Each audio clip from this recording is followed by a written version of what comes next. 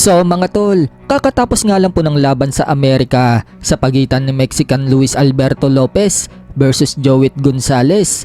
Napanatili pa rin po ni Luis Alberto Lopez ang kanyang IBF Featherweight World Title dahil tinalo niya itong si Joet Gonzalez via unanimous decision. Dahil dyan mga tol, umabante na ang record ni Luis Alberto Lopez sa 29 wins and 2 losses. Habang bumagsak naman ang record ni Joet Gonzalez sa 26 wins and 4 losses. Sa kabilang banda naman mga tol, matapos nga po nating maibalita na pinabagsak ni Casimero itong si Boss Toyo noong nagpasuntok ito sa katawan habang may suot-suot na body armor protector. Marami nga po ang nagsasabi mga tol na umakting lang umano itong si Boss Toyo na nasasaktan. Pero ayon kay Boss Toyo mga tol, talagang masakit umano ang patama ni Casimero. Nagtataka din umano siya dahil parang wala daw pum ang suot niyang protector. Ramdam daw kasi niya ang sakit. Ayon naman kay Cuadro Alas mga tol, 25% pa nga lang daw ang lakas na binitawan niyang suntok. Tignan niyo yung mukha, focus. 25 lang, 25 lang. Sige. 25% lang daw. Ito lang, gago!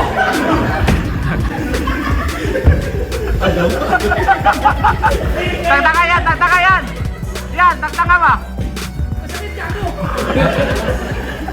25% lang yun. Gago, masakit! Pero testing lang. Wala yung oxygen na. Kaya sabi ko last word eh. 25% pa lang yun. 25% pa lang yun? Oo. Hindi lang yun eh. Yung ko na. Ilan ba yun? Parang walang foam. Parang walang foam. Ba't yun? Parang walang foam. Sakit pa rin. Samantala naman mga tol, pinagkumpara nga po ni Albert Pagara ang katawan niya noong 122 pounds pa lang siya or sa super bantamweight pa lang lumalaban at sa katawan niya ngayon na 135 pounds or lightweight division. Kapansin-pansin nga po na batak ang katawan niya noon kaysa sa ngayon. Mas lumapad na kasi ang katawan ngayon ni Pagara. Pero ayon kay Pagara mga tol, hindi daw siya mag-i-stay sa lightweight division. Malamang niyan, bababa pa ng timbang itong si Pagara. Katulad ng sabi niya noon mga tol, bababa daw siya ng timbang pero hindi daw niya bibiglain ang katawan niya. Pagdating nga po sa laban ni Pagara mga tol kay Alexei Mashor ng Russia, wala pa pong update kung kailan sila maglalaban. Matatandaan mga tol na 2 beses po napuspon ang laban niya. Sa kabilang dako naman mga tol, balik ensayo na nga po si Carl James Martin.